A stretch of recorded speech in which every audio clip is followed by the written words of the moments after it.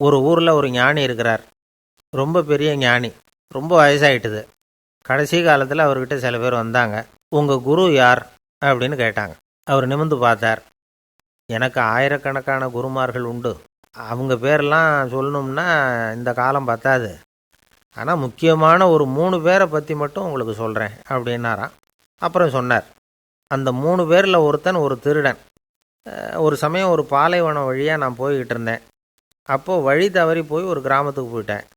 அது இருட்டு நேரம், நடுராத்திரி, ஊரே உறங்கி போச்சு. அந்த நேரத்தில் ஒரு ஆள் மட்டும் ஒரு வீட்டு சுவத்தில் ஏதோ பண்ணி உள்ளே நுழையிறதுக்கு முயற்சி பண்ணிகிட்ருக்கிறான். அவங்கிட்ட போய் நான் இன்றைக்கி இங்கே எங்கே தங்க முடியும் அப்படின்னு கேட்டேன். அதுக்கு அவன், இந்த ராத்திரி வேளையில் அது ரொம்ப சிரமம், ஒரு திருடனோட உங்களால் தங்க முடியும்னா நீங்கள் என்னோட தங்கலாம் அப்படின்னா. நான் அவங்க கூட 1 மாதம் தங்கியிருந்தேன். ஒவ்வொரு நாள் ராத்திரியும் இப்போ நான் என்னுடைய வேலைக்கு போகிறேன், நீங்கள் ஓய்வு எடுத்துக்கோங்க அப்படின்னு சொல்லிவிட்டு போவான். அவன் திரும்பி வந்த உடனே உனக்கு ஏதாவது கிடச்சிதான்னு நான் கேட்பேன். அதுக்கு அவன், இன்றைக்கி ராத்திரி ஒன்றும் இல்லை, நாளைக்கு மறுபடியும் முயற்சி பண்ணுவேன் அப்படின்பா. எப்பவும் அவன் நம்பிக்கை இழந்ததே கிடையாது. எப்பவும் சந்தோஷமாகவே இருப்பான். நானும் ரொம்ப காலமாக தியானம் பண்ணிக்கிட்டே இருந்தேன். ஒன்றுமே நடக்கலை. ஆனால் நான் என்ன பண்ணேன் தெரியுமா? மனசு வருத்தப்படும், நம்பிக்கை இழந்துருவேன். அப்போல்லாம் அந்த திருடனுடைய விடாமுயற்சி தான் ஞாபகத்துக்கு வரும். அதனால் அந்த திருடன் எனக்கு ஒரு குரு. என்னுடைய 2வது குரு யாருன்னா அது ஒரு நாய். இது எப்படின்னா, ஒரு சமயம் எனக்கு ரொம்ப தாகமாக இருந்தது. ஒரு நதியை நோக்கி போய்கிட்டு இருந்தேன். அப்போ ஒரு நாயும் வந்தது. அதுக்கும் தாகம். ஓடி வந்து ஆற்றை பார்த்துது. அதோட நிழல் வந்து ஆற்றுல தெரிஞ்சுது. அதை பார்த்ததும் பயந்துட்டுது. அதாவது அது தன்னுடைய சொந்த உருவத்தையே கண்டு பயந்தது. அதை பார்த்து குறைக்குது, திரும்பி ஓடிச்சு. ஆனால் அதுக்கு தாகம் அதிகமாக இருந்ததுனால அது மறுபடியும் திரும்பி வந்தது. பார்த்தா மறுபடியும் தண்ணியில் நாயோட உருவம் தெரியுது. இப்படி சில தடவை பண்ணிச்சு. இருந்தாலும் கடைசியில் தண்ணியில் குதிச்சுட்டுது துணிஞ்சு. இப்படி குதித்த உடனே அதோட உருவமும் மறைஞ்சுட்டுது. இதை பார்த்தேன். நான் என்ன புரிஞ்சுக்கிட்டேன்னா, எவ்வளவு தான் பயம் இருந்தால் கூட ஒருத்தன் தைரியமாக காரியத்தில் இறங்கணும் அப்படிங்கிறத புரிஞ்சுக்கிட்டேன். இந்த போதனை அந்த நாய்கிட்ட இருந்து எனக்கு கிடைச்சிது. இது ஒன்று. அடுத்தது என்னுடைய 3வது குரு யாருன்னா அது ஒரு சின்ன குழந்தை. நான் ஒரு சமயம் ஒரு நகரத்துக்கு போனேன். அங்கே ஒரு குழந்தை எரிகிற மெழுகுவத்தி ஒன்று எடுத்துக்கிட்டு வந்தது. நான் அந்த குழந்தைய பார்த்து வேடிக்கையாக கேட்டேன், ஏன் பாப்பா, இந்த மெழுகுவத்தியை நீயாவே கொளுத்துனியா அப்படின்னு கேட்டேன். ஆமான்னுது அந்த குழந்தை. சரி, இந்த மெழுகுவத்தி முன்னாடி எரியாமல் இருந்தது, இப்போ எரியுது. இந்த மெழுகுவத்திக்கு வெளிச்சம் எங்கேருந்து வந்தது, அதை எனக்கு காட்ட முடியுமா அப்படின்னு கேட்டேன் அந்த குழந்தைகிட்ட. இதுக்கு அந்த குழந்தை சிரிச்சுக்கிட்டு அந்த மெழுகுவத்தியை ஊதி அணைச்சுட்டுது. அதுக்கப்புறம் என்னை பார்த்து கேட்டுது, இப்போ இந்த மெழுகுவத்தியின் வெளிச்சம் போனதை பார்த்தீங்க இல்லையா, அது எங்கே போச்சுன்னு எனக்கு சொல்லுங்க அப்படின்னுது. அந்த குழந்தை இப்படி கேட்டதும் என்கிட்ட இருந்த ஆணவம் அழிஞ்சுட்டுது. நான் படித்ததெல்லாம் அந்த வினாடியில் சுக்கு நூறாக போட்டுது. என்னுடைய முட்டாள்தனத்தை நான் உணர்ந்தேன் அப்படின்னு இவ்வளவும் அந்த ஞானி விவரமாக சொன்னாராம். அதனால் நாம் இன்னார்கிட்டே இருந்து தான் இதை கற்றுக்கணுங்கிறது இல்லை, யாருக்கிட்டே இருந்தும் எதையும் கற்றுக்கலாம். நம்மால் ஒருத்தன் ஒரு நாய் வளர்த்துக்கிட்டு இருந்தான். அந்த நாய்க்கு வால் கிடையாது. யாரோ ஏற்கனவே வெட்டி எடுத்துட்டாங்க. இந்த நாய் தான் சார் எனக்கு குரு, அதுக்கிட்டே இருந்து கூட நான் பாடம் கற்றுக்கிட்டு இருக்கிறேன் அப்படின்னா. அப்படி என்ன கற்றுக்கிட்டேன் இந்த வால் இல்லாத நாய்கிட்டே இருந்து அப்படின்னு கேட்டோம்.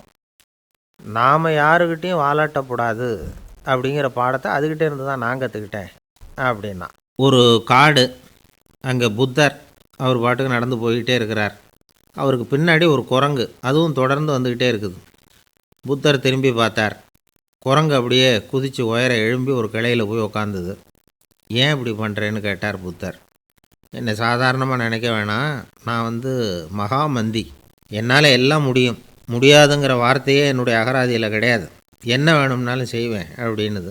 அப்படின்னா ஒரு பந்தயம் வச்சுக்கலாமான்னார் இவர். வச்சுக்கலாமேன்னுது. வேற ஒன்றும் இல்லை, இப்போ நீ மேலே எழும்பி அந்த கிளையில் உட்காந்தது மாதிரி அங்கேருந்து தாவி என் உள்ளங்கையில் உட்காரணும், அவ்வளவுதான் அப்படின்னார். அப்படி உட்காந்துட்டா என்ன பரிசு அப்படின்னு கேட்டது அது. சொர்க்கத்தில் இருக்கிற மாமன்னன் மரகத சக்கரவர்த்தியை என்னோட இருக்கும்படியாக கூப்பிட்டுக்கிறேன். அந்த சமயத்தில் அவருடைய அரியணை வந்து அங்கே காலியாகிடும். நீ அதில் போய் உட்காந்துக்கலாம். பந்தயத்தில் தோத்துட்டா ஒரு கல்ப காலம் இந்த பூமியில் வாழ வேண்டியிருக்கும். அதுக்கு பிறகு தான் என்கிட்ட வர முடியும். என்ன சொல்கிற அப்படின்னார். குரங்குக்கு தாவறது ஒரு பெரிய காரியமா? இது எனக்கு ரொம்ப சாதாரண விஷயம். என்ன இப்போவே தாவட்டுமா அப்படின்னுது. சரின்னு சொல்லி உள்ளங்கையை நீட்டினார். அவருடைய கை தாமரை இலை அளவுக்கு அப்படியே விரிஞ்சுது. குரங்கு சௌகரியமாக வந்து உட்கார்றதுக்காக. குரங்கு தாவறதுக்கு தயாராச்சு. அதுக்கு முன்னாடி ஒரு சின்ன யோசனை அதுக்கு. இந்த கிளையிலேருந்து அந்த கைக்கு தாவறது எனக்கு ரொம்ப அற்பமான ஒரு வேலை. இது ரொம்ப சாதாரணம். என்னுடைய கௌரவத்துக்கு இது சரியாக இருக்காது. அதனால் நான் என்ன பண்ண போகிறேன்னா, இங்கேருந்து கிளையிலேருந்து அப்படியே உயர எழும்ப போகிறேன். எழும்பி மேல் உலகம் போய் அங்கே ஒரு சுற்றிவிட்டு அதுக்கப்புறம் அங்கேருந்து நேராக வந்து இந்த கையில் உட்கார போகிறேன் அப்படின்னு நினச்சிது. என்ன யோசிக்கிற அப்படின்னார் புத்தர். ஒன்றும் இல்லை, இந்த பாயிரம் பார் அப்படின்னு சொல்லி தாவி உயர போயிட்டுது. கொஞ்ச நேரத்தில் வான உலகத்துக்கே போய் சேர்ந்துட்டுது.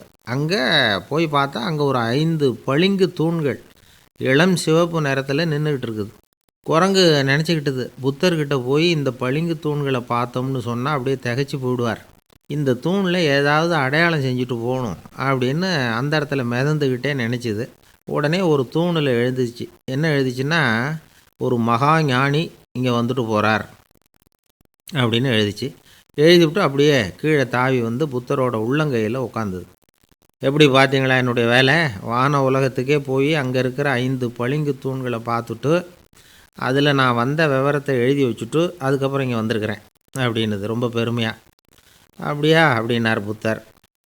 ஆமாம், சந்தேகமாக இருந்தால் வாங்க, அழைச்சிட்டு போய் காட்டுறேன் அப்படின்னுது அந்த குரங்கு. அதுக்கு தேவையில்லை, அப்படியே கொஞ்சம் கீழே குனிஞ்சு பார்த்து தெரியும் அப்படின்னார் புத்தர். அங்கே பார்த்தா புத்தரோட உள்ளங்கை தெரிஞ்சுது. நல்லா உத்து பார்த்துது. அவரோட ஒரு விரலில் அது எழுதிய வாசகம் தெரிஞ்சுது. குரங்கு யோசனை பண்ணிச்சு, அப்படின்னா வானத்தில் நான் பார்த்தது புத்தரோட விரல்களா அப்படின்னு யோசிச்சுது. இதை புரிஞ்சுக்கிட்ட உடனே அந்த குரங்கோட கர்வம் அழிஞ்சு போச்சான். நம்ம மனசு தான் இந்த குரங்கு. மனம்ங்கிறதும் ஆணவங்கிறதும் ஒரு நாணயத்தின் 2 பக்கங்கள். மனம் உள்ளவரை ஆணவமும் இருக்கும். மனம் அழிஞ்சாதான் ஆணவம் அழியும். மனம் அழிய வேண்டும் அப்படின்னு பெரியவங்க சொல்கிறது இந்த அர்த்தத்தில் தான். நம்ம ஆளுங்க சவால் விடுறதெல்லாம் வேறு மாதிரி. ஒருத்தன் ஒரு வாய்க்காலை தாண்டுறேன்னு பந்தயம் கட்டி தாண்ட முடியாமல் வாய்க்காலில் விழுந்து காலை உடச்சிக்கிட்டு கட்டு போட்டுக்கிட்டு வந்தான். ஏன்டா அப்படின்னு கேட்டாங்க. நான் பந்தயம் கட்டின நேரம் சரியில்லை அப்படின்னா. எப்படிறான்னு கேட்டிருக்காங்க. வாய்க்காலில் தண்ணி இருக்கிற நேரமாக பார்த்து பந்தயம் கட்டியிருக்கணும் அப்படின்னானா. ஒரு ஆள் அசையாமல் கிடக்கிறார். அவர் இருக்காரா போயிட்டாராங்கிறத எப்படி முடிவு பண்ணுறோம்? அவர் மூக்குக்கு முன்னாடி புறங்கையை வச்சு பார்க்குறோம், மூச்சு வருதா இல்லையா அப்படிங்கிறத கண்டுபிடிக்கிறதுக்காக. மூச்சுங்கிறது அவ்வளவு முக்கியமான ஒரு விஷயம். சுவாசம் இல்லைன்னா எதுவுமே இல்லை. நம்ம பூமி இருக்க அது கூட சுவாசிக்குதுங்கிறத சோவியத் விஞ்ஞானிகள் கண்டுபிடிச்சிருக்கிறாங்க. பூமிக்கு மேலே இருக்கிற மண் அடுக்கில் காற்றில் உள்ள ஆக்சிஜன் ஆக்சிகரணம் அடையுது அப்படின்னு தான் இது வரைக்கும் எல்லோரும் நம்பிக்கிட்டு இருந்தாங்க. ஆனால் இப்போ என்ன கண்டுபிடிச்சிருக்கிறாங்கன்னா, அந்த ஆக்சிஜன் பூமிக்குள்ளே 1 கிலோமீட்டர் ஆழம் வரைக்கும் ஊடுருவி போகுதான். பூமிக்குள்ளே 2 பக்கமும் பல கிலோமீட்டர் வரைக்கும் பரவுதான். பூமிக்குள்ளே இருக்கிற நீர்நிலை அடுக்குகள் தான் நுரையீரல் செய்கிற வேலையை செய்யுதான். நம்ம உடம்புல நுரையீரல் இல்லைன்னா ஒன்றும் நடக்காது. ஒரு மரத்தை தலைகீழாக தொங்க போட்டால் எப்படி இருக்கும்? அப்படி யோசிச்சு பாருங்கள். அப்படி தான் இதுவும், நுரையீரலும் அப்படி தான் இருக்கும். வலது பக்கம் ஒன்று, இடது பக்கம் ஒன்று. வலது பக்கம் நுரையீரல் கொஞ்சம் பெருசாக இருக்கும். நுட்பமான நரம்பு குழாய்கள் அதில் இருக்கும். கோடிக்கணக்கான நுண்ணிய குழாய்களை வச்சுக்கிட்டு தான் அது வேலை செய்யுது. 25 கோடி குழாய்கள் இருக்கும். அதை அப்படியே முழுசாக பிரித்து பரப்புனா ஒரு டென்னிஸ் கோர்ட்டில் பாதி பரப்பளவு இருக்குமா. நுரையீரல் நிறம் கருஞ்சிவப்பு தான். புகை அதிகமாக உள்ளே போச்சுன்னா அது கருப்பாயிடுது. காற்றுல உள்ள பிராணவாயுவை இது இழுத்து எடுத்துக்கிட்டு ரத்தத்தை சுத்தப்படுத்துகிற முக்கியமான வேலையை இது செய்யுது. அசுத்த காற்றை வெளியில் அனுப்பி வச்சுருது. ஒருத்தர் வேகமாக ஓடி வரார், அவருக்கு மூச்சு இறைக்கும். பயங்கரமாக எதையாவது பார்த்து விடுறார், உடனே மூர்ச்சி ஆகிடுவார். இது மாதிரி சமயங்களில் வேறு எந்த தூண்டுதலும் இல்லாமல் நுரையீரல் தானாகவே இயங்கும். இப்படி ஒரு அவசியம் ஏற்படுறப்போ இயக்கத்தை தூண்டி விடுற முக்கியமான இணைப்பு மூளைக்கு கீழே முதுகு எலும்புக்கு மேற்பகுதியில் இருக்குது. அது உடனே சுவாசத்துக்கு அவசர உதவியை கொடுக்குது. இப்போ ஒருத்தர் பேசாமல் உட்காந்துருக்கார். இந்த சமயத்தில் அவருக்கு 1 பங்கு காற்று தேவைப்படுதுன்னு வச்சுக்கோங்க. அவர் எழுந்திரிச்சு நடக்கும் பொழுது 1.5 மடங்கு தேவைப்படும். ஓடினார்னா 3 மடங்கு தேவைப்படும். படுத்துருக்கிறப்ப 1/2 மடங்கு தான் தேவைப்படும். இதுக்கு நிமிஷத்துக்கு 16 தடவை மூச்சு விட்டாகணும். இப்படி சாதாரணமாக உள்ளே இழுக்கிற காற்று கொஞ்சம்தான் இருந்தாலும் இது மாதிரி 8 மடங்கு காற்றை வந்து உள்ளே இழுத்து வச்சுக்கிற சாமர்த்தியம் நுரையீரலுக்கு இருக்குதாம். தண்ணி, நுண்கிருமிகள், ரசாயன பொருள் இப்படி எது உள்ளே போனாலும் நுரையீரல் சமாளிச்சுக்கும். 30 வருஷமாக விடாத புகை பிடிக்கிறவர் தொடர்ந்து உள்ளே அனுப்பி வைக்கிற புகையை கூட சமாளிக்குதுன்னா பார்த்துங்களேன். உள்ளே போகிற புகை நுட்பமான சுவாச முடிச்சுகளை அழிச்சு விடுது. கறி புகை அது மேலே படிஞ்சு உபயோகம் இல்லாமல் பண்ணிவிடுது. ஆனாலும் தேவைக்கு அதிகமாக 8 மடங்கு கூடுதலாக சுவாச முடிச்சுகள் நம்ம உடம்புக்குள்ளே இருக்கிறதுனால சமாளிக்க முடியுது. சமாளிக்க முடியலன்னா சில சமயம் மூச்சு திணறும். அதை ஒரு எச்சரிக்கையாக எடுத்துக்கிட்டு புகை பிடிக்கிற பழக்கத்தை விட்டுடணும். அதுதான் நல்லது. ஆனால் அப்படி யார் விடுறது? இணை பிரியாத 2 நண்பர்கள் இருந்தாங்களாம். 2 பேரும் விடாமல் சிகரெட்டு குடிக்கிறவங்க. அதில் ஒருத்தன் செத்து போட்டான். இன்னொருத்தன் அதுக்கப்புறம் 2 சிகரெட்டாக குடிக்க ஆரம்பித்தானான். ஏன் இப்படி பண்ணுறேன்னு கேட்டிருக்காங்க. நான் ஒரு சிகரெட்டு தான் குடிக்கிறேன், செத்து போன என்னுடைய ஃப்ரெண்டு இருக்கானே செத்து போனவன், அவனுக்காக இன்னொரு சிகரெட்டு குடிக்கிறேன் அப்படின்னு நானான். இது ரொம்ப ஆபத்து, விட்டுடு அப்படின்னு சொல்லியிருக்காங்க. சரின்னு ஒத்துக்கிட்டான். ஆனால் அதுக்கப்புறமும் ஒரு சிகரெட் வீதமாக குடிச்சிக்கிட்டே இருந்தான்.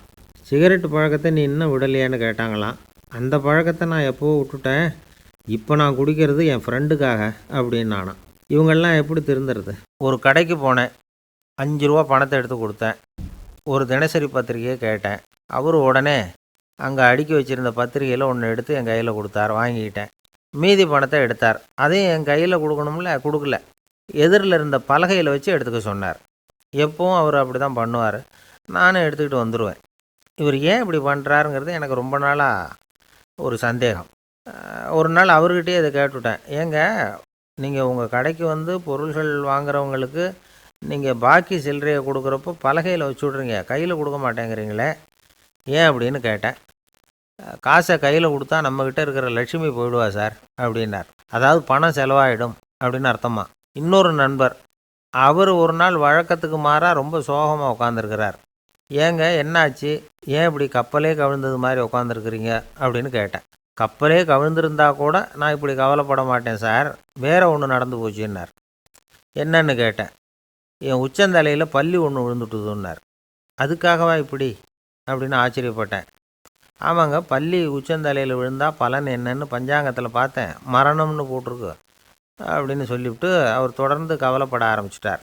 இப்படியும் ஒருத்தர், என் கூட வேலை பார்க்குற ஒருத்தர் எப்படி தெரியுமா, தினமும் வலது காலை வச்சு தான் ஆஃபீஸுக்கு உள்ளே நுழைவார். என்னைக்காவது தவறுதலாக இடது காலை வச்சு உள்ளே வந்துட்டார்னா அன்னைக்கு பூரா மனசு சங்கடப்படுவார். எந்த வேலையும் சரியாக ஓடாது. கேரம் போர்டு ஆடுற ஒருத்தர் எப்போ ஆட உட்காந்தாலும் ஸ்ட்ரைக்கரை கை தவறி கீழே விழுற மாதிரி பண்ணி அதுக்கப்புறம் அதை எடுத்துக்கிட்டு ஆட உட்காருவார். ஏன்னா எப்போவோ ஒரு தடவை நிஜமாகவே அது வந்து கை தவறி கீழே விழுந்திருக்குது. அன்னைக்கு பிரமாதமாக ஜெயிச்சுட்டார். உடனே ஒரு முடிவுக்கு வந்துட்டார், கை தவறுனா லாபம் அப்படின்னு. அதுக்கப்புறம் அதையே பழக்கமாக்கிக்கிட்டார். பூனை குறுக்க போனால் சகுனம் சரியில்லைன்னு நினைக்கிறவங்க உண்டு. ஆனால் ஒருத்தர் எப்படி தெரியுமா, அவர் வெளியில் கிளம்புற சமயம் பக்கத்து வீட்டு ரேடியோவில் மியாவ் மியாவ் பூனைக்குட்டின்னு பாட்டு சத்தம் கேட்டால் கூட போதும், சகனம் சரியில்லைன்னு பிரயாணத்தை கேன்சல் பண்ணிவிடுவார். இப்போ இவ்வளவும் எதுக்கு சொல்கிறோம்னா, அளவுக்கு மீறின சகுன நம்பிக்கைகள் இருக்குது பாருங்கள், இதோட பயமும் சேர்ந்துக்கிட்டதுன்னு வச்சுக்கோங்க, இது ஒருத்தருடைய மனநிலையை பாதிச்சிடும். இது வந்து உளவியல் நிபுணர்கள் சொல்கிற கருத்து. வாழ்க்கையே தடுமாற வச்சிரும். பாதுகாப்பு இல்லாத உணர்வு, ஒரு விதமான டிப்ரெஷன் மனநிலை, இதெல்லாம் தான் இதுக்கு காரணமாக அமையலாம். சில பேர் காய்கறி நறுக்க கத்தியை கையில் எடுத்தால் கூட நேரம் சரியாக இருக்கா அப்படின்னு பார்த்துட்டு தான் வேலையை ஆரம்பிக்கிறது வழக்கம். அறிவு தான் மனசுக்கு வாத்தியாராக இருக்கணும். அப்போ தான் வாழ்க்கை வந்து நிம்மதியாக இருக்கும். அறிவு வந்து மனசு சொல்கிறபடியெல்லாம் கேட்க ஆரம்பிச்சுட்டுதுன்னா இடைஞ்சல் தான். ஒருத்தருக்கு 7ஆம் நம்பர் தான் ராசியான நம்பரான். 7ஆம் தேதி தான் எந்த காரியத்தையும் ஆரம்பிப்பாராம். 7 எழுத்து வர்றது மாதிரி பேரை மாற்றி வச்சுக்கிட்டார். 7 மணிக்கு தான் தினமும் எழுந்திருப்பார். 7ஆம் நம்பர் வீட்டில் தான் குடியிருக்கார். கல்யாணம் கூட 7ஆம் தேதி தான் பண்ணிக்கிட்டார். அவர் ஒரு நாள் குதிரை பந்தயத்துக்கு போனாராம். குதிரையோட பேரையெல்லாம் பார்த்தார். ஒரு குதிரையோட பேர் 7 எழுத்தில் அமைஞ்சிருந்தது. 7 தானே இவருக்கு அதிர்ஷ்ட நம்பர். அதனால் உடனே அது பேரில் பணத்தை கட்டினார். பந்தயம் நடந்தது. என்ன சார் ஆச்சுன்னு கேட்டாங்க. நான் பணம் கட்டின அந்த என்னோட குதிரை 7ஆவதாக வந்து சேர்ந்தது சார் அப்படின்னாராம் சோகமாக. ஒரு ஆசாமி வேகமாக ஓடிக்கிட்டு இருந்தான். ஏன் இப்படி ஓடுறேன்னு கேட்டார் இன்னொருத்தர்.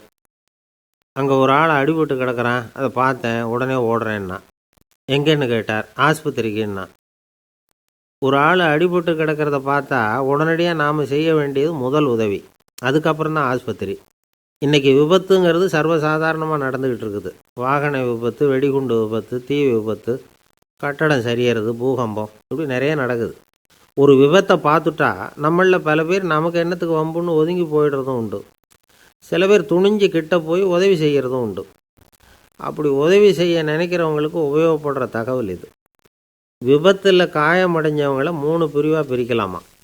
முதல் வகை கொஞ்சம் சீரியஸானது, உயிருக்கு உடனே ஆபத்து தரக்கூடியது. மூளை காயம், முகம், கழுத்து காயங்கள், இருதயம், நுரையீரல் காயங்கள், வயத்தில் உள்ளுறுப்பு காயங்கள், அதிகப்படியான இரத்தப்போக்கு, இதனால எல்லாம் பாதிக்கப்பட்டிருந்தால் அது முதல் வகை அப்படின்னு நாமளே மனசுக்குள்ளே முடிவு பண்ணிக்கணும். இவங்களுக்கெல்லாம் உடனடியாக முதல் உதவி கொடுக்கணும். தாமதப்படுத்தாமல் ஆஸ்பத்திரிக்கு கொண்டுகிட்டு போயிடணும்.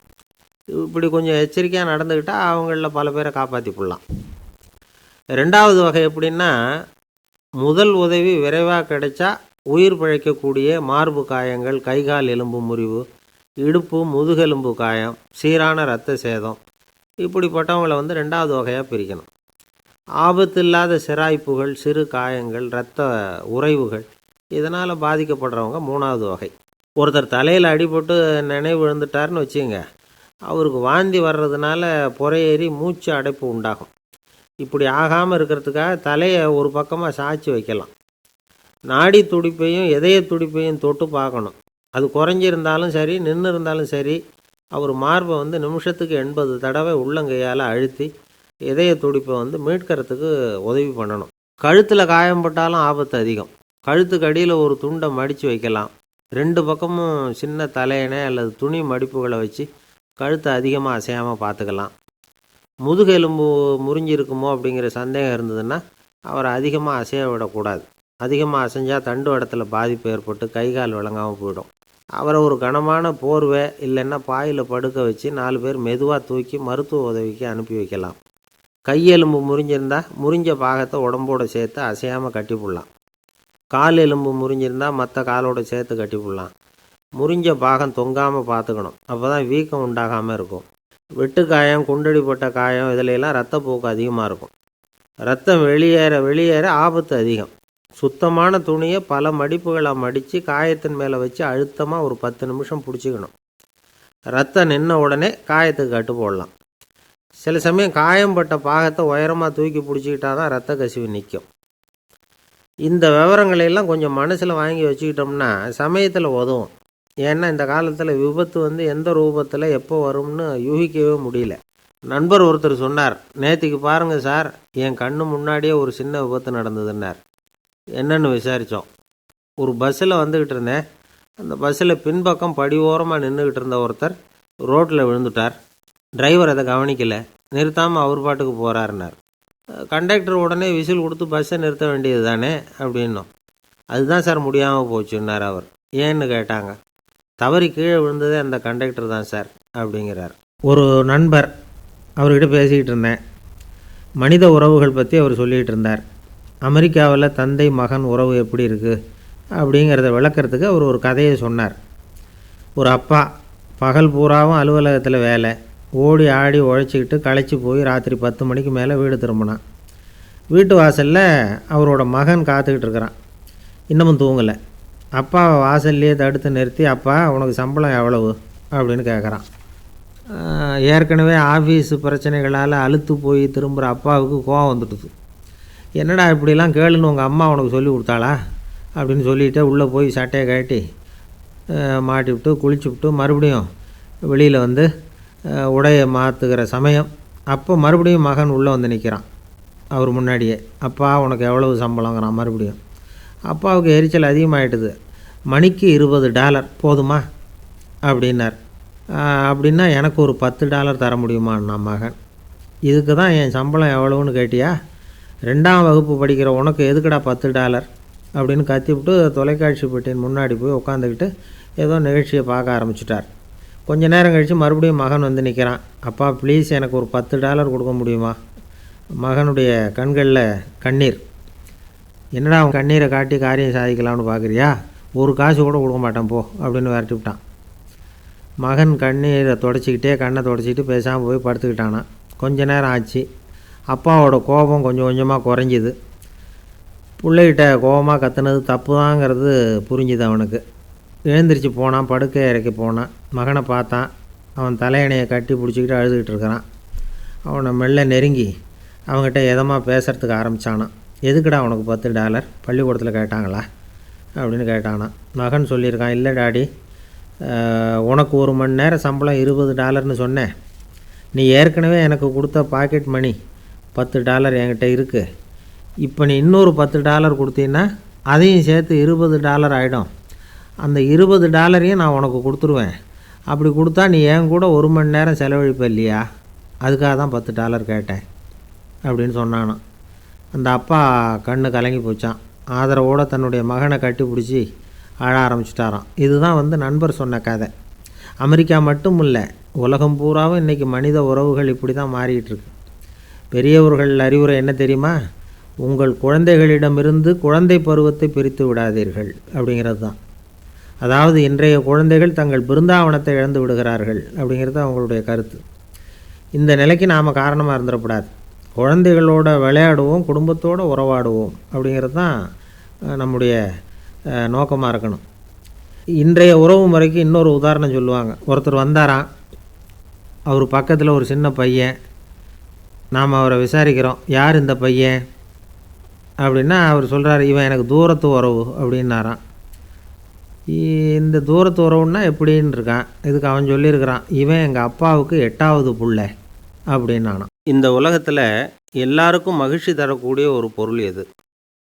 இது ஒரு முக்கியமான கேள்வி. இந்த கேள்விக்கு பொருத்தமான ஒரு பதிலை உங்களால் சொல்ல முடியுமா? அதாவது கொஞ்சம் யோசித்து பார்த்தா பணம்னு சொல்லலாமா? இப்போ கையில் காசு இல்லாதவங்ககிட்ட ஒரு $10 கொடுத்தா அது அவனுக்கு சந்தோஷத்தை கொடுக்கும்.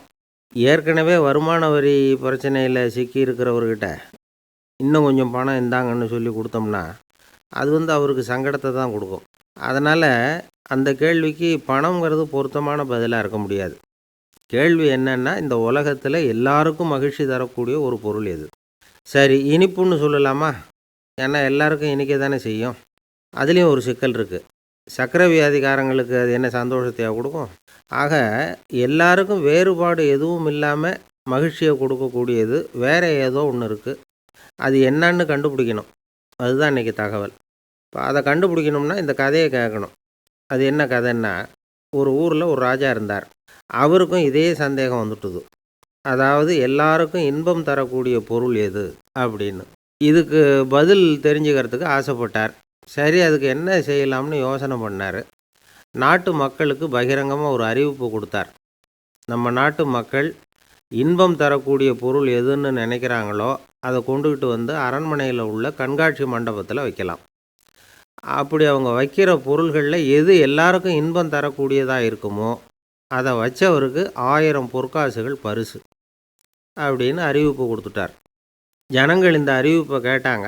அதுக்கப்புறம் சும்மா இருப்பாங்களா? 1000 பொற்காசுன்னா சும்மாவா?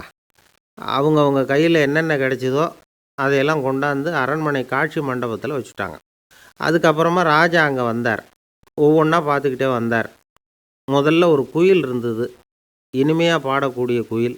இந்த குயிலோட இன்னிசை எல்லாருக்கும் இன்பம் தரக்கூடியது தான். இருந்தாலும் காது கேட்காதவங்களுக்கு இந்த இசை எப்படி இன்பம் தர முடியும்? அதனால் இது சரியில்லைன்னு விட்டார். அடுத்தபடியாக போனார். அங்கே என்ன வச்சுருக்குறாங்கன்னு பார்த்தா ஒரு அழகான மயில் அங்கே தோகை விரித்து ஆடிக்கிட்டு இருக்குது. இந்த மயிலோட ஆட்டம் மனசுக்கு இன்பம் தரக்கூடியது தான்.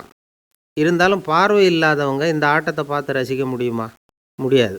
அதனால் இதுவும் சரியில்லை அப்படின்னு சொல்லிவிட்டார். அதுக்கு அடுத்தபடியாக போனார். பல வகையான இனிப்பு பண்டங்களை வச்சுருந்தாங்க.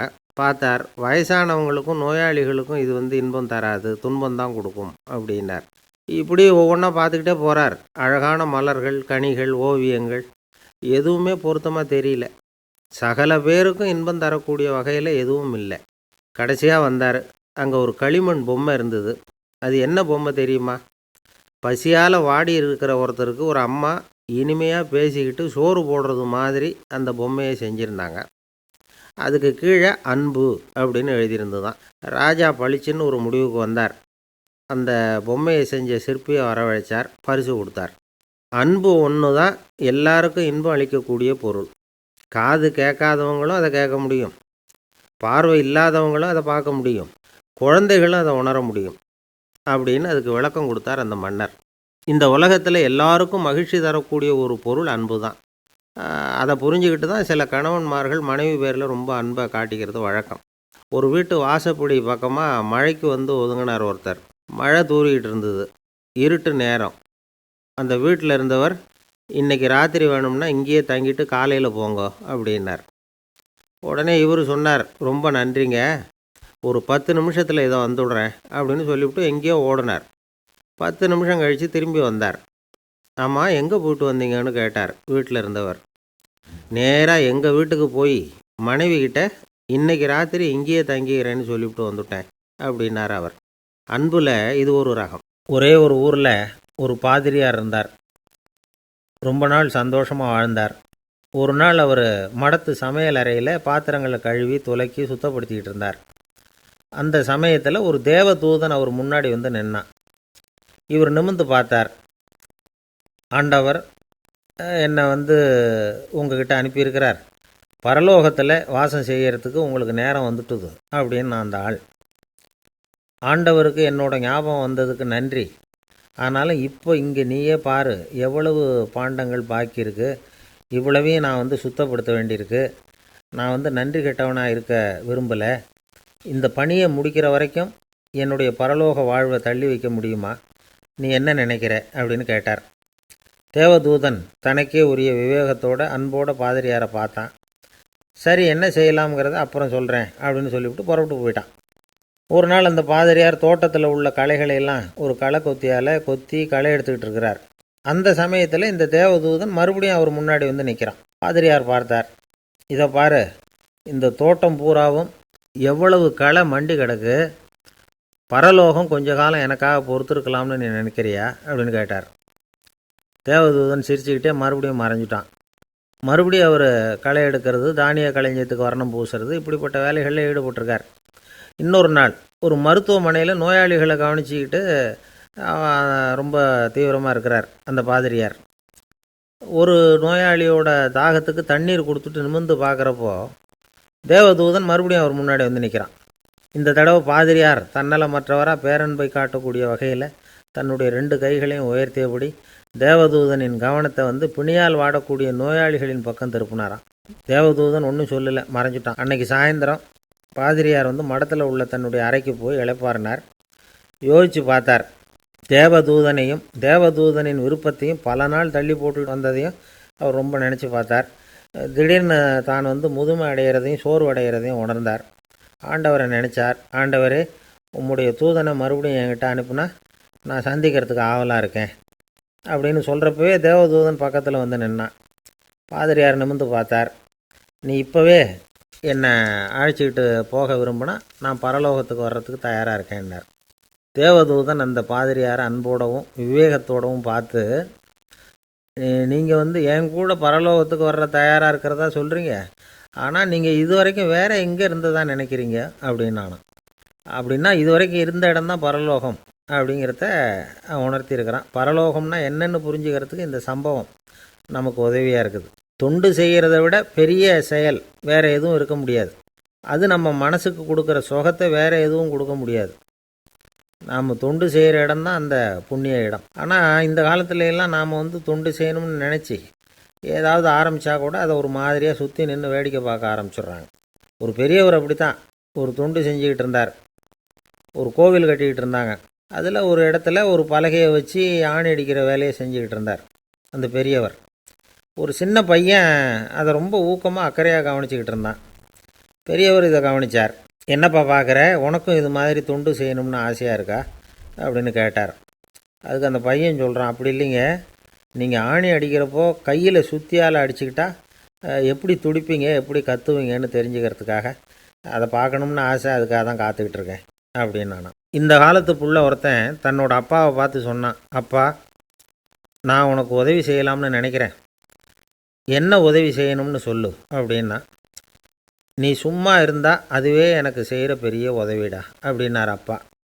சும்மா இருக்கிறதும் ஒரு உதவி தான், அது மாதிரி மௌனமும் ஒரு சமூக சேவை தான் அப்படிங்கிறார் காஞ்சி பெரியவர். நமக்கு 5 புலன்கள் இருக்குது. மெய், வாய், கண், மூக்கு, செவி. இந்த 5லேயும் அதிகப்படியான வேலை எதுக்குன்னு நினைக்கிறீங்க? வாய்க்கு தான். ஏன்னா அதுக்கு 2 வேலை. இப்போ கண்ணுக்கு பார்க்குறது மட்டும்தான் வேலை, காதுக்கு கேட்குறது மட்டும்தான் வேலை, மூக்குக்கு வாசனை அறியறது தான் வேலை, உடம்புக்கு உணர்றது மட்டும்தான் வேலை. ஆனால் வாய் அப்படி இல்லை, அதுக்கு 2 வேலை. சாப்பிட்றதும் அதுதான், பேசுகிறதும் அதுதான். அதாவது வாய் ஒன்று தான் கர்மேந்திரியமாகவும் இருக்குது, ஞானேந்திரியமாகவும் இருக்குது அப்படின்னு சொல்லுவாங்க. சாப்பாட்டில் உட்காந்தா எந்தெந்த ஆகாரம் என்னென்ன ருசின்னு அறிவிக்கிற வேலையும் செய்யுது. சபையில் உட்காந்தா பாடுறது, பேசுறது, சிரிக்கிறது, இது மாதிரியான வேலையும் செய்யுது. இன்னொரு வித்தியாசம், கண்ணு, காது, மூக்கெல்லாம் ஸ்ட்ரெயின் பண்ணிக்கிட்டு வேலை செய்கிறதில்ல. ஒரு ரோஜா பூ பார்த்தா உடனே மூக்கு அப்படியும் இப்படியும் அசைய ஆரம்பிக்கிறதில்ல. ஒரு சங்கீதத்தை கேட்ட உடனே காது ஆட ஆரம்பிக்காது. ஆனால் வாய் அப்படி இல்லை, அது பேசினாலும் சரி சாப்பிட்டாலும் சரி அசைஞ்சு தான் ஆகணும். ஆக மற்றதை விட வாய்க்கு வேலை ஜாஸ்தின்னு தெரியுது. சாப்பிட்றது, பேசுறது அப்படின்னு 2 காரியம் அதுக்கு. இப்படி 2 காரியம் இருக்கிறதுனால அது 2ஐயும் பாதியாக குறைச்சிக்கணுங்கிறது கடவுள் அபிப்பிராயமாக இருக்கணும் அப்படிங்கிறார் காஞ்சி பெரியவர். ஆனால் இப்போ நாம் அப்படியே நடந்துக்கிறோம், அதுக்கு நேர்மாறாக நடந்துக்கிறோம். நாம் சாப்பிட்றதும் அதிகம், பேசுகிறதும் அதிகம், 2 வேலையையும் தேவைக்கு அதிகமாகவே செய்கிறோம். வாய் தான் ரொம்ப ஓவர் ஒர்க்குடு. அதுக்கு ஓய்வு கொடுத்தா உடம்பும் நல்லாயிருக்கும், உலகமும் நல்லாயிருக்கும். மௌன விரதம் இருக்கிறதெல்லாம் எதுக்காக நினைக்கிறீங்க? இதுக்காக தான். இந்த காலத்தில் மௌனமாக இருக்கிறவங்கெல்லாம் மகத்தான தொண்டு செய்கிறாங்க அப்படின்னு தான் சொல்லணும். சத்தம் அதிகமாக போய் தான் சவுண்டு பொல்யூஷன் வருது. அது மட்டும் இல்லை, மௌனமாக இருந்தால் சண்டை சச்சரவே வராது. மௌனம் கலக நாஸ்தி. ஆக இதுவும் ஒரு சமூக சேவை தான். நமக்கு தான் வாய் இருக்குதுங்கிறதுக்காக வசமாக சாப்பிட்றதும் தப்பு, வளவளன்னு பேசுகிறதும் தப்பு. ஒரு கருத்தை சொல்கிறதுக்கு ஒரே ஒரு சொல்லு போதும் அப்படின்னு இருக்கும்பொழுது 2 சொற்களை செலவு பண்ணாதே. எவ்வளவு சொன்னாலும் அதனால் ஒரு பயனும் விளையாது அப்படின்னு தெரிய வருமேயானால் அந்த ஒரு சொல்லையும் விரயம் பண்ணாதே அப்படிங்கிறார் ஒரு அறிஞர். எல்லா குணங்கள்லேயும் மௌனம்தான் சிறந்தது அப்படிங்கிறார் ஒருத்தர். மௌனமாக இருக்கிறது மூலமாக மற்றவர்கள் குறைகளை நம்மளால் தெரிஞ்சிக்க முடியும். அதே சமயத்தில் நம்மக்கிட்ட இருக்கிற குறைகளை மற்றவங்களுக்கு தெரியாமல் மறைச்சிக்கவும் முடியுங்கிறார் அவர். உண்மைதானே? ஒரு பெரிய மேடை பேச்சாளர், பொது வாழ்க்கையில் 25 வருஷ காலமாக ஈடுபட்டிருக்கிறவர். அவர் மனைவி ஒரு நாள் சொன்னாங்க, எங்கள் வீட்டுக்காரர் 25 வருஷ காலமாக பொது வாழ்வில் ஈடுபட்டிருந்தா கூட இந்த மாதம் 10ஆம் தேதியிலிருந்து தான் மக்களுக்கு சேவை செய்ய ஆரம்பிச்சிருக்கார் அப்படின்னாங்க ரொம்ப பெருமையாக. 10ஆம் தேதிக்கு அப்படி என்ன விசேஷம் அப்படின்னு கேட்டோம். அன்னையிலேருந்து தான் அவர் மேடையில் பேசுகிறத நிறுத்தினார் அப்படின்னாங்க அந்த அம்மா. காசியில் இருக்கிற கடவுள் காசி விஸ்வநாதர், அங்கே இருக்கிற தேவி காசி விசாலாட்சி. இவங்க 2 பேரும் ஒரு நாள் பேசிக்கிட்டு இருந்தப்போ கடவுள் சொன்னார், இந்த மனிதர்களை நாம் ரொம்பவும் நம்பிக்கையோடு தான் படைச்சிருக்கிறோம், இருந்தாலும் அவங்களுக்கு தான் நம்பிக்கை இல்லை, எதுலேயும் ஒரு உண்மையான நம்பிக்கை இல்லாமல் வாழ்ந்துக்கிட்டு இருக்கிறாங்க அப்படின்னார். என்ன அப்படி சொல்கிறீங்க? அதோ பாருங்கள், எவ்வளவு பேர் காசியை தேடிட்டு கங்கையில் குளிச்சுக்கிட்டு இருக்கிறாங்க, அவங்களெலாம் நம்பிக்கை இல்லைன்னா இவ்வளவு தூரம் தேடிட்டு இங்கே குளிப்பாங்களா அப்படின்னு நாங்கள் தேவி. சரி, அதை சோதித்து பார்க்கலாம் அப்படின்னு 2 பேரும் முடிவு பண்ணிக்கிட்டாங்க. உடனே ஒரு திட்டம் போட்டாங்க. அது எப்படின்னா, நாம் 2 பேருமே பக்தர்கள் மாதிரி உருவத்தை மாற்றிக்கிட்டு கங்கை கரைக்கு போக வேண்டியது. நான் கங்கையில் இறங்கி குளிக்கிறேன், கொஞ்ச நேரத்தில் சுழலில் மாட்டிக்கிட்டது மாதிரி நடிக்கிறேன். நீ உடனே கரையிலிருந்து சத்தம் போடு, என்னோடய வீட்டுக்காரரை யாராவது காப்பாற்றுங்களேன்னு சத்தம் போடு. அதோடு இன்னொன்று சொல்லு, யாராவது ஒரு புண்ணிய ஆத்மா அவர்கிட்ட போய் அவருடைய முடியை பிடிச்சி இழுக்கணும், அப்படி ஒரு சாபம் இருக்குது எங்களுக்கு. புண்ணிய ஆத்மா, அதாவது எந்த பாவமும் செய்யாத இல்லாத ஒருத்தர் தான் அவரை காப்பாற்ற முடியும். அப்படிப்பட்டவங்க யாராவது வெள்ளத்தில் குதித்து என்னுடைய கணவரை காப்பாற்றுங்கோ அப்படின்னு நீ சத்தம் போடு, கூச்சல் போடு, என்ன நடக்குதுன்னு பார்க்கலாம் அப்படின்னார் கடவுள்.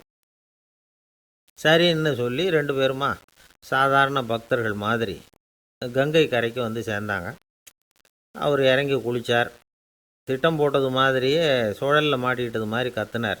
கரையில் இருந்த அந்த அம்மா, ஐயோ என் கணவரை காப்பாற்றுங்களேன், யாராவது காப்பாற்றுங்களேன்னு கத்துனாங்க. பல பேர் ஓடி வந்தாங்க. உடனே இவங்க, பாவம் இல்லாத புண்ணிய ஆத்மா ஒருத்தரால் தான் என்னுடைய கணவர் காப்பாற்றப்படணுங்கிறது விதி, அப்படி ஒரு சாபம் இருக்குது, அதனால் புண்ணிய ஆத்மா யாராவது அவர்கிட்ட போய் அவர் முடியை பிடிச்சி தூக்குனா அவரை காப்பாற்றி கொள்ளலாம் அப்படின்னாங்க. இவங்க இப்படி சொன்னதும் எல்லாரும் திகைச்சு போய் நின்றுட்டாங்க. ஒவ்வொருத்தருக்கும் அவங்க செஞ்ச பாவம்லாம் ஒவ்வொன்றா ஞாபகத்துக்கு வர ஆரம்பிச்சுட்டுது.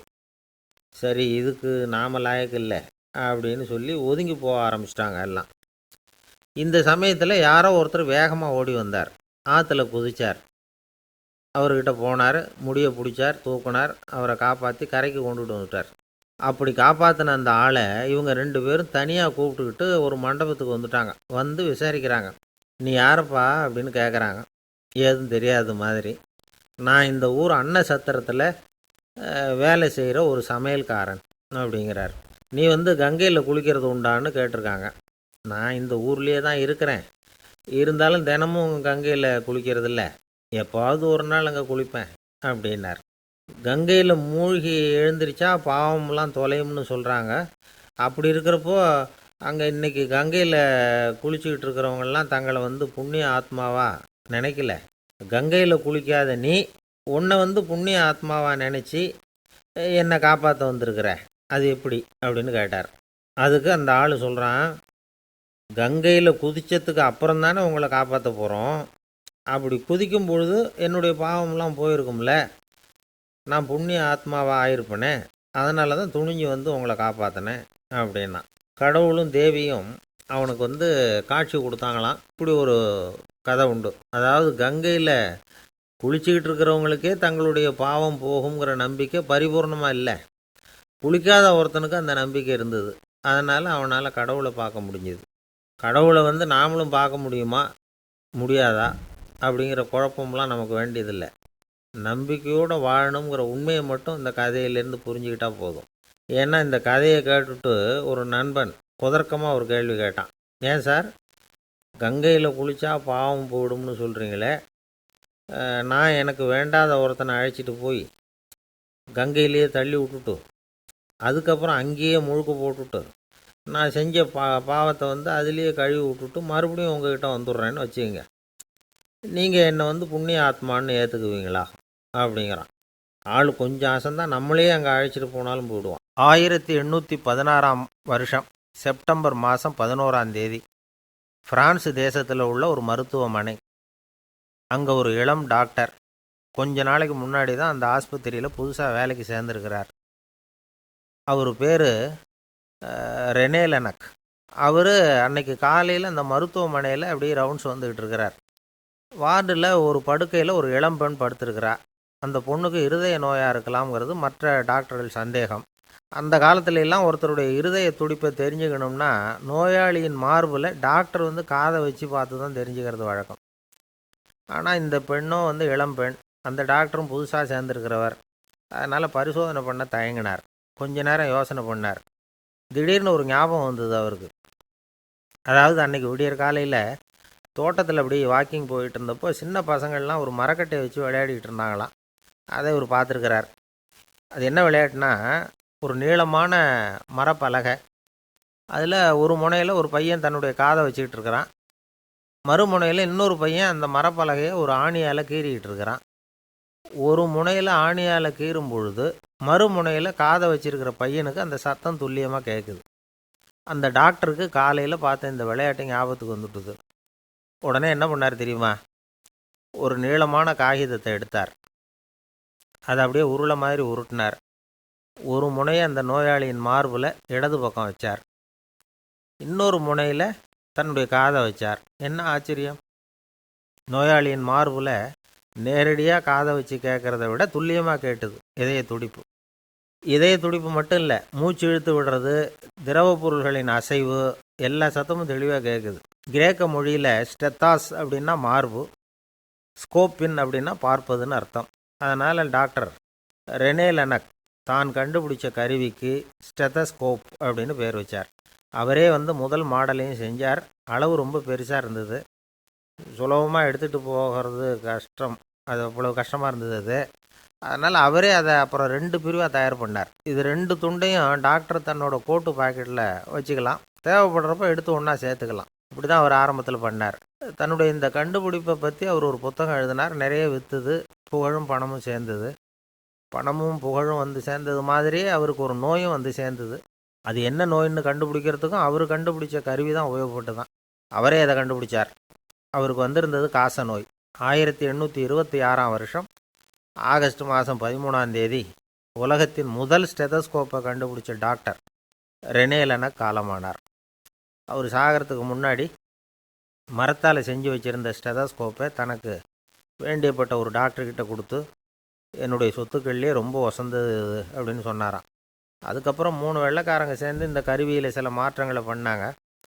ஆனால் 1829 லண்டனில் டாக்டர் நிக்கோலஸுங்கிறவர் ஒரு காதால் இதய துடிப்பை கேட்குறத விட டாக்டர் 2 காதாலையும் கேட்குறது தான் சரியாக இருக்கும் அப்படின்னு ஒரு கருத்தை வெளியிட்டார். அதுக்கப்புறம் ரொம்ப காலம் கழித்து 1852 ஜார்ஜ் காமான் அப்படிங்கிறவர் ரப்பர் டியூப்களை உபயோகப்படுத்தி 2 காதாலையும் கேட்குற மாதிரி ஒரு புதிய வடிவத்தை அதுக்கு கொடுத்தார். அதுக்கு பிறகு அது படிப்படியாக எவ்வளவோ மாற்றங்கள் இருந்தாலும் ஆரம்பத்தில் டாக்டர் ரெனே லெனக் உருவாக்கின அடிப்படை மாடலை யாரும் மாற்றி அமைக்கலைங்கிறது தான் முக்கியமான விஷயம். நமக்கு தெரிஞ்ச ஒரு ஆஸ்பத்திரி, அதில் ஒரு நோயாளி, காலை நேரத்தில் நர்ஸு அந்த பக்கமாக போயிட்டு இருந்தாங்க. அதை பார்த்துட்டு ஒரு நர்ஸுன்னு கத்துறார். நர்ஸு அவசரமாக ஓடி வந்து என்ன விஷயம்னு கேட்டாங்க. சிஸ்டர், இங்கே பாருங்கள், உங்கள் டாக்டரை என் நெஞ்சில் அவர் காதை வச்சு கேட்டுக்கிட்டு இருக்கிறார் அப்படின்னார் நோயாளி. சிஸ்டர் பதட்டப்படாமல், அதனால் என்ன, இந்த டாக்டர் பழமையான விஷயங்களில் ரொம்ப நம்பிக்கை உள்ளவர், அதனால் ஸ்டெதாஸ்கோப்பை உபயோகப்படுத்தாமல் காதை வச்சு கேட்குறார், அது ஒன்றும் தப்பு இல்லை அப்படின்னாங்களாம். ஐயோ, அதுக்காக இல்லை சிஸ்டர், இவர் என் நெஞ்சு மேலே தலையை வச்சது நேற்று ராத்திரி 9 மணி, இப்போ விடிஞ்சு போச்சு, இன்னமும் தலையை எடுக்கவே இல்லை, அதுக்காக தான் சந்தேகப்பட்டு உங்களை கூப்பிட்றேன் அப்படின்னாராம். அளவுக்கு மிஞ்சினால் அமிர்தமும் நஞ்சு அப்படின்னு சொல்லுவாங்க. அது உண்மைதான். ஒருத்தருக்கு அளவுக்கு மீறிய புகழ் வந்துட்டுதுன்னு வச்சுங்க, அது கூட ஆபத்தாக போயிடுறது உண்டு. பழங்காலத்துல எல்லாம் கிரேக்க தேசத்தில் ஒரு பழக்கம் உண்டாம். அதாவது யாராவது ஒருத்தரை நாடு கடத்தணும்னா அதுக்கு ஒரு வழி உண்டு. அதாவது ஒருத்தரை நாடு கடத்தணும்னு மக்கள் விரும்புகிறாங்கன்னு வச்சுங்களேன், அவர் பேரை ஒரு மண்பாண்ட ஓட்டுச்சில்லில் எழுதி அதை ஒரு குறிப்பிட்ட பொது இடத்துல போட்டுற வேண்டியது, அவ்வளவுதான். இது மாதிரி பல பேர் போட்டுக்கிட்டே இருப்பாங்க, எல்லாம் அப்படியே குவிஞ்சு போயிடும். அந்த ஓட்டாஞ்சில்லு குவியலில் யாருடைய பேர் அதிகமாக இருக்குதோ அந்த நபரை ஒரு 10 ஆண்டுகள் நாடு கடத்தி விடுவாங்க. இது அந்த ஊர் வழக்கமாக. ஒரு நாள் அந்த குவியலுக்கு பக்கத்தில் ஒரு ஆள் நின்றுக்கிட்டு இருக்கிறான். அவன் கையில் ஒரு ஓட்டாஞ்சில்லு வச்சுருக்கிறான். அதில் யாரோட பேரையோ எழுதணும், எழுதி அந்த இடத்துல போடணுங்கிறது அவன் ஆசை. ஆனால் அவன் படிக்காதவன், அதனால் எழுத தெரியல. யாராவது அந்த வழியாக வர்றாங்களான்னு பார்த்துக்கிட்டே நின்றுக்கிட்டு இருந்தான். ஒரு பெரியவர் வந்துக்கிட்டு இருந்தார். அவர்கிட்ட ஓடினான். கையில் இருந்த மண்பாண்ட சில்லை கொடுத்தான். ஐயா, இதில் ஒரு பேர் எழுதி கொடுங்களேன்னா. அந்த பெரியவர் அதை வாங்கி கையில் வச்சுக்கிட்டு, என்ன பேர் எழுதணும் சொல்லு அப்படின்னா. இவன் சொன்னான், அரிஸ்டைடிஸ் அப்படின்னு எழுதுங்க அப்படின்னா. இதை கேட்டதும் அந்த பெரியவருக்கு அதிர்ச்சி. ஏன்னா அவர் தான் அரிஸ்டைடிஸ், தத்துவ மேதை அரிஸ்டைடிஸ் அவர். இருந்தாலும் நான் தான் அதுங்கிறத காட்டிக்காமல் அந்த ஆளுகிட்ட கேட்டார். அது சரிப்பா, அரிஸ்டைடிஸுங்கிற பேரை எழுத சொல்கிற, அவர் உனக்கு என்ன கெடுதல் பண்ணார், அவர் பேரை இதில் எழுத சொல்கிறியே அப்படின்னு கேட்டிருக்கார்.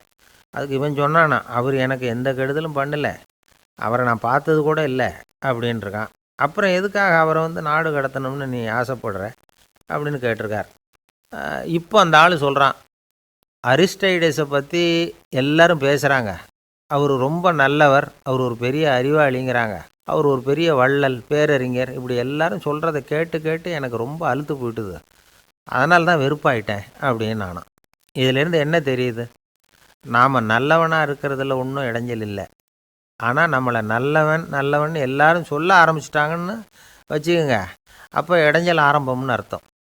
எதுவுமே அளவுக்கு மிஞ்சி போகாமல் பார்த்துக்க வேண்டியது ரொம்ப அவசியம்.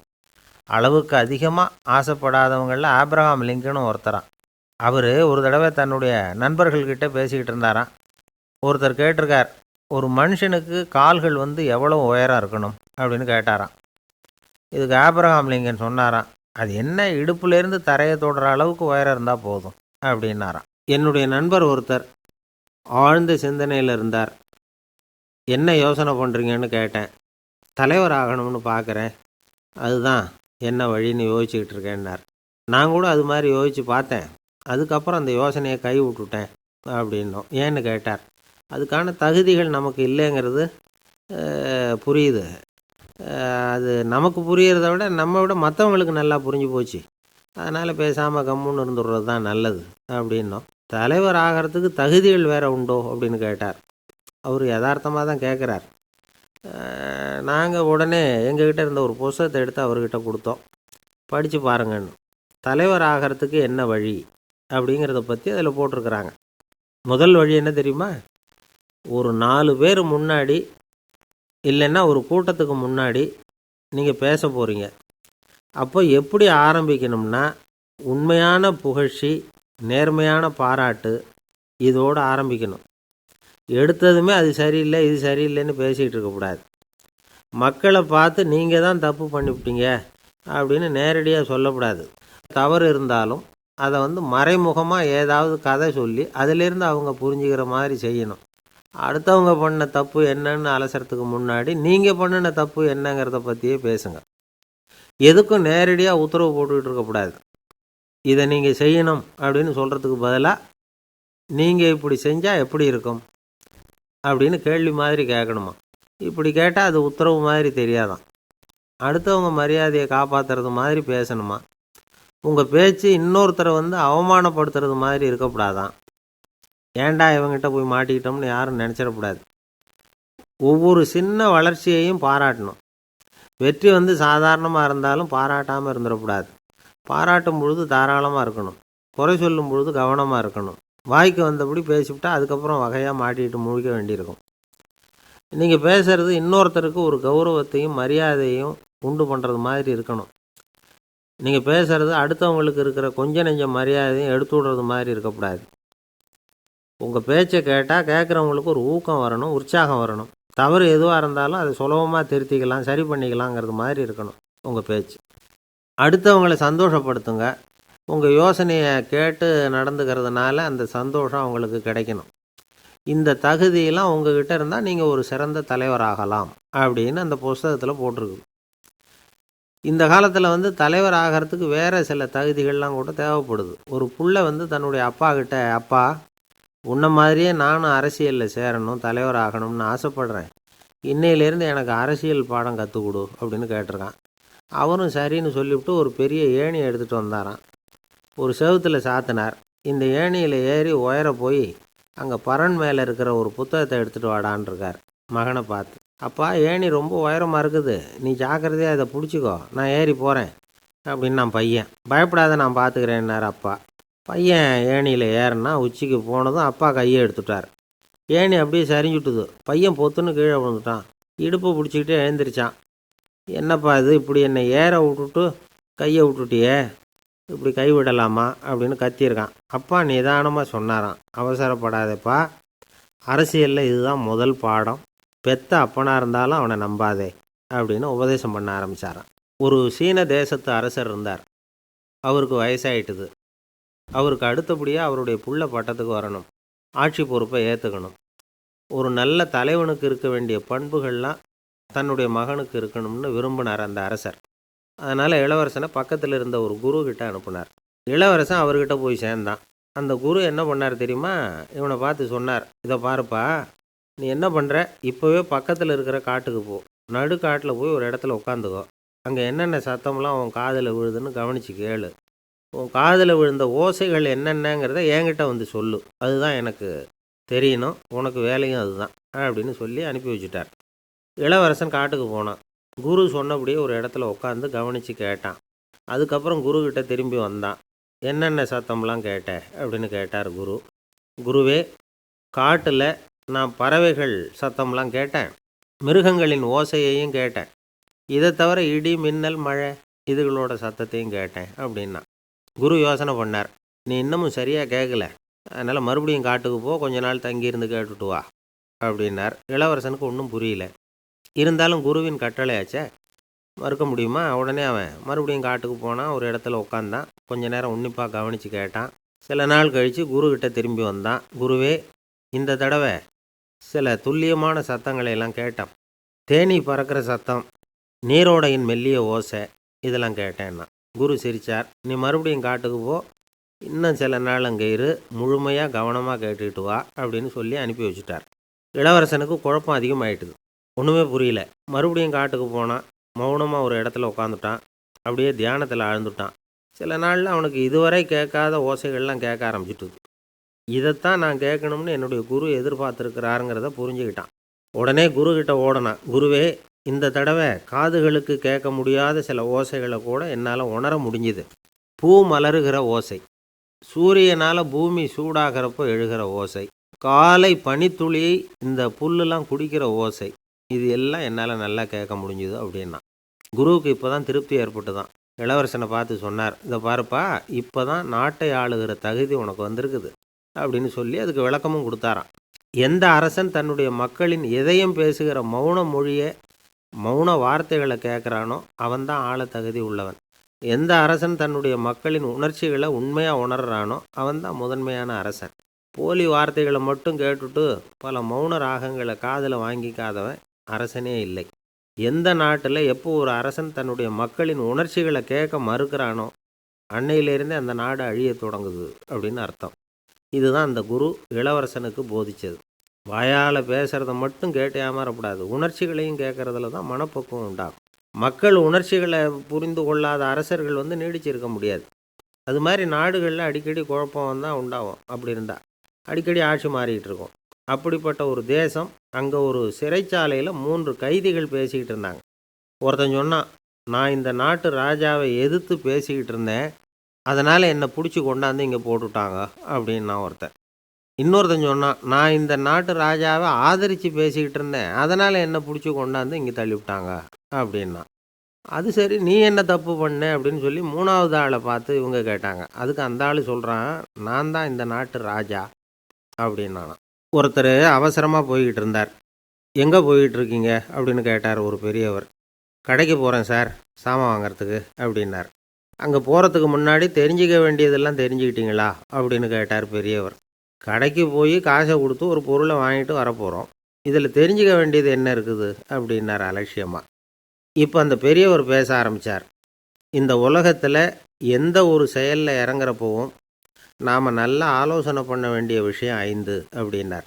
உதாரணமாக, ஒருத்தன் கடைக்கு போய் ஏதோ ஒரு பொருளை வாங்கிட்டு வர போகிறான்னு வச்சுக்கங்களேன். அப்போ கூட அவன் 5 விஷயங்களை பற்றி தெரிஞ்சுக்க வேண்டியிருக்குது அப்படிங்கிறார் அவர். முதல்ல அந்த பொருள் எப்படிப்பட்டது அப்படிங்கிறத தெரிஞ்சுக்கணும். 2வதாக தன்னை பற்றியும் தெரிஞ்சுக்கணும். அப்போ தான் அந்த பொருள் தனக்கு தேவையா இல்லையா அப்படிங்கிறத புரிஞ்சுக்க முடியும். 3வதாக தெரிஞ்சுக்க வேண்டியது ஒன்று இருக்குது. அது என்னென்னா, அந்த பொருளை அடையிறதுக்கு வழி என்ன அப்படிங்கிறத தெரிஞ்சுக்கணும். அதாவது எவ்வளவு பணம் கொடுத்தா அது கிடைக்கும், இது மாதிரியான விஷயங்கள். 4வதாக அந்த பொருளை அடையிறது மூலமாக நாம் அடையக்கூடிய பயன் என்ன அப்படிங்கிறதையும் உணரணும். 5வது, அந்த பொருளை அடையிறதுல இருக்கக்கூடிய தடை எது அப்படிங்கிறதையும் நாம் தெரிஞ்சுக்கணும். பெரியவர் பேசுகிறது ஏதோ தத்துவம் மாதிரி தெரியுது இல்லையா? தத்துவம்தான். அதாவது இப்படி உலகியல் வாழ்க்கையில் சின்ன சின்ன விஷயங்கள்லேயே நாம் 5 விஷயங்களை தெரிஞ்சுக்க வேண்டியிருக்குது. அது ரொம்ப அவசியமாக இருக்குது. பேரின்ப நிலைன்னு சொல்கிறாங்கள்ல, அது மாதிரி பெரிய சமாச்சாரங்கள்லேயும் இந்த 5 விஷயங்களை நாம் தெரிஞ்சுக்க வேண்டியிருக்குது. அதுக்கு பேர் என்னன்னா அர்த்த பஞ்சகம். வைணவ சமயத்தில் அர்த்த பஞ்சகம்ங்கிறது ரொம்ப பெரிய விஷயம். கடைக்கு போகிறது மாதிரி கடவுளை பார்க்க போகிறப்பவும் நாம் 5 விஷயங்களை தெரிஞ்சுக்கணுமா. முதல்ல பரம்பொருள் அப்படிங்கிறது என்ன, அதோட தன்மைகள் என்ன, இதை தெரிஞ்சுக்கணும். இதுக்கு பேர் என்னென்னா பரமாத்ம ஸ்வரூபம் அப்படின்னு பேர். 2வது, நாம் யார், நம்மோட தன்மை என்ன அப்படிங்கிறத தெரிஞ்சுக்கணும். நான் யாருன்னு எனக்கே தெரியலங்கிறப்போ இதை நான் சொல்கிறேன்னு இது என்னுடையதுன்னு சொல்கிறது தப்பு தானே.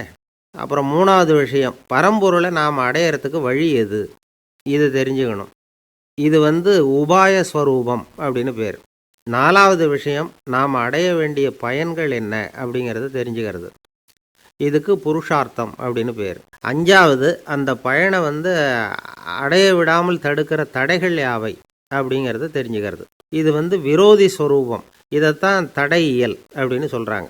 அதாவது பரமாத்மாவை பற்றிய அறிவு, ஜீவாத்மாவை பற்றிய அறிவு, உபாயம் பற்றிய அறிவு, புருஷார்த்தம் பற்றிய அறிவு, இந்த 4 அறிவுக்கும் எதிரடையாக, அதாவது அதையெல்லாம் தப்பாக புரிஞ்சுக்கிறதால உண்டாகக்கூடிய அறிவு விரோதி ஸ்வரூபம். என்ன இது தகவலில் ஏதாவது கதை சொல்லுவீங்கன்னு பார்த்தா ஏதோ தத்துவம் பேசிக்கிட்டு இருக்கிறீங்களே அப்படின்னு நினைக்கலாம். இதுவும் தெரிஞ்சிக்க வேண்டிய ஒரு பெரிய விஷயந்தான். காதில் போட்டு வச்சா எப்போவாவது உபயோகப்படும். என்னுடைய நண்பர் ஒருத்தர் ஒரு நாள் என்கிட்ட சொன்னார், சார் அடுத்த மாதம் தஞ்சாவூரில் ஒரு கல்யாணம், போகிறதா வேண்டாமா அப்படின்னு ஒரே குழப்பமாக இருக்குது அப்படின்னார். நான் உடனே இந்த அர்த்த பஞ்சக உபதேசம் பண்ண ஆரம்பித்தேன்.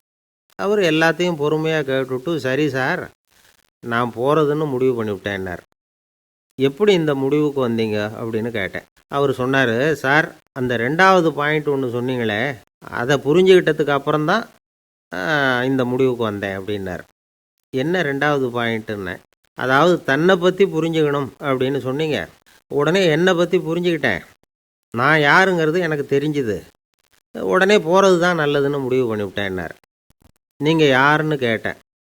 நான் தான் சார் அந்த கல்யாணத்தில் தாலி கட்ட வேண்டிய மாப்பிள்ளை அப்படின்னார். ஒருத்தர் ரொம்ப அவசரமாக வந்தார். சார் மனுஷன் நிம்மதியாக இருக்கிறதுக்கு என்ன வழின்னு கேட்டார். சீக்கிரமாக ஒரு கல்யாணத்தை பண்ணிங்க, எல்லாம் சரியாக போடும் அப்படின்னோம். அவர் ஒரு மாதிரியாக பார்த்தார். ஏற்கனவே எனக்கு கல்யாணம் ஆகிட்டுது சார், அதனால தானே நிம்மதியாக இருக்கிறதுக்கு வழி கேட்குறேன் அப்படின்னார். சரி, இவர் ஒரு மாதிரியான கேஸ் அப்படின்னு நினச்சிக்கிட்டு நம்மக்கிட்ட இருந்த ஒரு சின்ன புத்தகத்தை அவர்கிட்ட தூக்கி கொடுத்தோம். இதை படித்து பாருங்கன்னு. கல்யாணத்துக்கு பிறகும் சந்தோஷமாக இருக்கிறதுக்கு என்ன வழி அப்படிங்கிற கேள்விக்கு அந்த புத்தகத்தில் விளக்கம் இருந்தது. கணவன் மனைவிக்குள்ளே சிக்கல் வராமல் இருக்கிறதுக்கு அதில் சில வழிகளை சொல்லி கொடுத்துருக்குறாங்க. அதெல்லாம் என்னென்ன அப்படிங்கிறத இப்போ பார்க்கலாமா? குடும்பம்னு இருந்தால் கோபம் வரதான் செய்யும், அது வந்துட்டு போட்டும் பரவாயில்ல. ஆனால் அந்த கோபம் ஒரே நேரத்தில் 2 பேருக்கும் வந்துடாமல் பார்த்துக்கணும். ஒரு சமயத்தில் யாராவது ஒருத்தர் தான் கோபப்படணும், அடுத்தவங்க அமைதியாக இருக்கணும். அதுக்கப்புறம் இவர் அமைதியான உடனே அவங்க ஆரம்பிச்சிக்கலாம். கோபமாக ஏதாவது சொன்னால் உடனே கோபமாக பதில் சொல்லக்கூடாது. கொஞ்சம் பொறுத்து கோபம் தீர்ந்த உடனே அந்த பதிலை சொல்லலாம். அப்போ பதில் கோபமாக இருந்தால் கூட அது அவ்வளோ பெருசாக தெரியாது. அற்ப விஷயத்துக்கெல்லாம் காய்ச்சி மூச்சுன்னு கத்திக்கிட்டு இருக்கக்கூடாது. உங்கள் 2 பேருக்குள்ளே ஒரு தர்க்கம் ஆரம்பமாயிட்டுதுன்னு வச்சுக்கோங்க. கடுமையாக 2 பேரும் விவாதம் பண்ணுறீங்க. உங்களில் ஒருத்தர் இதில் ஜெயிக்கணும்னா அது நீங்களாக இருக்க வேணாம், அடுத்தவங்க ஜெயிக்கிறதுக்கு நீங்கள் துணையாக இருங்களேன். அப்படின்னா நீங்கள் கொஞ்சம் விட்டு கொடுக்கணும், அவ்வளோதான். ஏதாவது குத்தம் சொல்லணுமா, செஞ்ச தப்பை சுட்டி காட்டணுமா, விமர்சனம் பண்ணணுமா, பண்ணுங்க, வேணான்னு சொல்லலை. ஆனால் சொன்னதை அப்படி சொல்கிறத கொஞ்சம் அன்பாக இதமாக சொல்லுங்கள். எப்போ நடந்த தவறுகளையெல்லாம் இப்போ போய் மறுபடியும் ஞாபகப்படுத்திகிட்டு இருக்க வேண்டாம். நான் அப்போவே சொன்னேன் இந்த புடவை வேணாம்னு, நீங்கள் தான் கேட்கல, இப்போ பாருங்கள் கிழிஞ்சு போச்சு இப்படின்னு கத்துனாங்க ஒரு அம்மா. எப்போ சொன்னீங்கன்னு கேட்டால் ஒரு 10 வருஷத்துக்கு முன்னாடி தீபாவளி சமயத்தில் அப்படிங்கிறாங்க. அது என்ன இன்னும் அப்படியே புதுசாகவே இருக்கும்? உங்களுக்கு அவர் தான் பெருசு, அவருக்கு நீங்கள் தான் பெருசு. அதை விட இந்த உலகத்தில் வேறு எதுவும் முக்கியம் இல்லைன்னு நினைக்கணும். நீ தான் என்னுடைய உலகம்னு எத்தனை தடவை சொல்லியிருப்பீங்க? அதெல்லாம் வெறும் வசனமாக போயிடக்கூடாது. ஏதாவது ஒரு பிரச்சனையை பற்றி கடுமையாக விவாதம் பண்ணிக்கிட்டு இருக்கீங்க, அதை அப்படியே பாதியில் விட்டுட்டு படுக்கைக்கு போயிடக்கூடாது. சொச்சத்தை நாளைக்கு பேசிக்கலாம்னு. அப்படி போனால் தூக்கம் வராது. பிரச்சனையை ஒரு முடிவு பண்ணிக்கிட்டு அதுக்கப்புறமா தூங்க போகணும். ஒரு நாளில் ஒரு தடவையாவது உங்கள் ஜோடியை பாராட்டி நல்ல விதமாக கனிவாக ஒரு வார்த்தை சொல்லணும் அப்படின்னு தீர்மானம் பண்ணிங்க. ஏதாவது தப்பு பண்ணிவிட்டீங்கன்னா பரவாயில்ல, அதை ஒத்துக்கிறதுக்கும் மன்னிப்பு கேட்குறதுக்கும் தயாராக இருக்கணும். அது ஒன்றும் கேவலம் கிடையாது. வீட்டுக்குள்ளே தானே கேட்க போகிறீங்க, வெளியில் யாருக்கு தெரிய போகுதோ? எப்படியோ உங்களுக்குள்ளே ஒரு சமரசம் ஆனால் சரி தான். ஒரு தகராறுன்னு எடுத்துக்கிட்டால் குறைஞ்சபட்சம் அதுக்கு 2 பேர் தேவை. தனியாகவே உட்காந்துக்கிட்டு நான் இப்போ தகராறு பண்ணிகிட்டு இருக்கிறேன் அப்படின்னு யாரும் சொல்ல முடியாது.